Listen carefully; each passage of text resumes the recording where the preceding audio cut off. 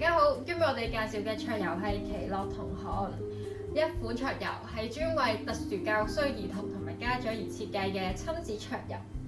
喺呢款桌遊入面，我哋運用咗優勢理論，佢強調關注個人嘅優勢，而並唔係聚焦於問題同埋弱點。小朋友可以透過呢一款桌遊，充分發揮佢哋嘅優勢，令到佢哋可以帶嚟更加多嘅滿足感同埋幸福感，從而提升個人同埋社交網絡嘅效能。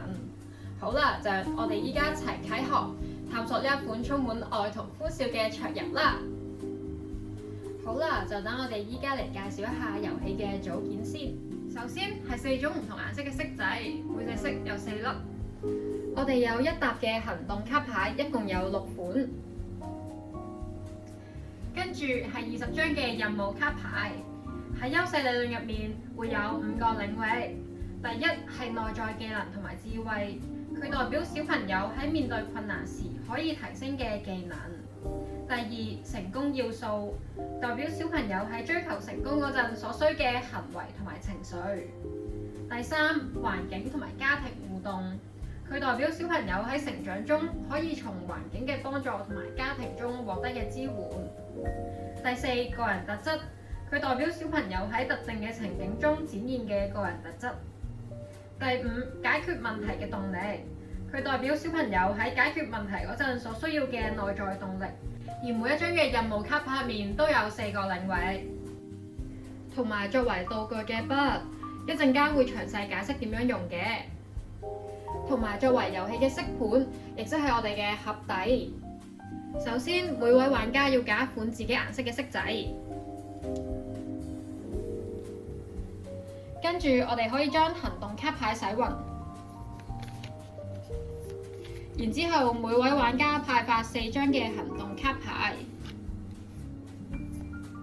之後將剩餘嘅卡牌擺喺台面嘅隔離。最後玩家可以喺任務卡牌入面揀選一張任務卡作為本次嘅任務。喺完成完遊戲前期嘅設置之後，我哋就可以正式踏上呢一趟充滿愛同歡笑嘅航程啦！喺遊戲開始之前，所有玩家一齊擲一粒骰仔先。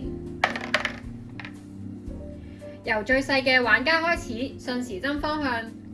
喺呢一次嘅擲色入面，粉紅色玩家嘅骰仔最細，所以由粉紅色玩家開始先。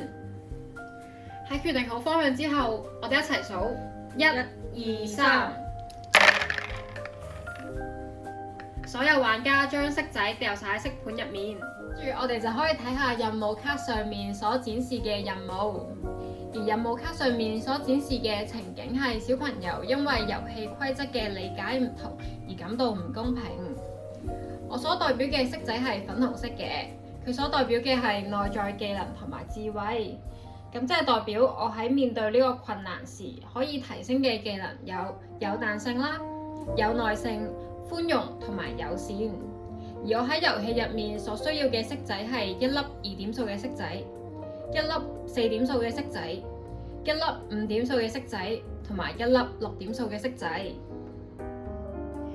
而我哋獲勝嘅方式就係用我哋手上嘅行動卡牌，令到棋盤上面嘅骰仔組合同任務卡牌嘅組合相同。而我哋喺使用完一張嘅行動牌之後，要將使用完嘅行動牌擺喺棄牌堆，然之後再喺牌堆入面拎一張新嘅行動牌出嚟。我哋總共有6張嘅行動牌，跟住落嚟我哋會一一介紹佢哋嘅作用。首先係擲骰仔，擲骰仔就係拎起嗰粒骰仔，然之後擲落去。跟住係滾動骰仔，滾動骰仔就係拎起粒骰仔，以滾動嘅方式滾落去。用手指彈骰仔，用手指彈骰仔就係用手指去改變骰仔嘅方向。改變一粒骰仔嘅點數，例如藍色要嘅骰仔點數係2，咁我哋就可以拎起一粒藍色嘅骰仔，然之後揾到2嘅點數，之後就可以將佢擺喺棋盤入面。而運用道具彈骰仔就可以運用我哋嘅道具筆啦，我哋就可以運用支筆瞄準粒骰仔，然之後彈落去。重複動作，重複動作係需要配合我哋手牌上面其他行動牌一齊使用嘅。例如我手牌上面有用手指彈骰仔2次，咁我哋就可以將2張行動牌一齊打出，然之後喺棋盤上面用手指彈骰仔彈2次。而當我哋打咗2張卡牌落去牌堆嗰陣，咁我哋就需要喺牌堆入面拎返2張卡牌。玩家依照任務卡上面嘅指示，喺棋盤上面完成任務卡上面所需要嘅骰仔組合，就可以獲勝啦。例如我係粉紅色啦，咁我所需要嘅骰仔組合係1粒2點數嘅骰仔、1粒4點數嘅骰仔、1粒5點數嘅骰仔同埋1粒6點數嘅骰仔。咁我喺棋盤上面同樣有1粒2點數嘅骰仔、1粒4點數嘅骰仔、1粒5點數嘅骰仔同埋1粒6點數嘅骰仔。咁我喺呢一場遊戲入面，我就係獲勝嗰個啦。跟住落嚟會說明一啲特殊嘅情況，例如玩家將骰仔拋出盒外，咁嘅話將會由下一位玩家將骰仔放置於棋盤入面。我哋今日嘅桌遊介紹到此結束啦，希望大家喺呢個桌遊入面玩得開心，讓我哋其樂同學，逐夢追光啦！拜拜。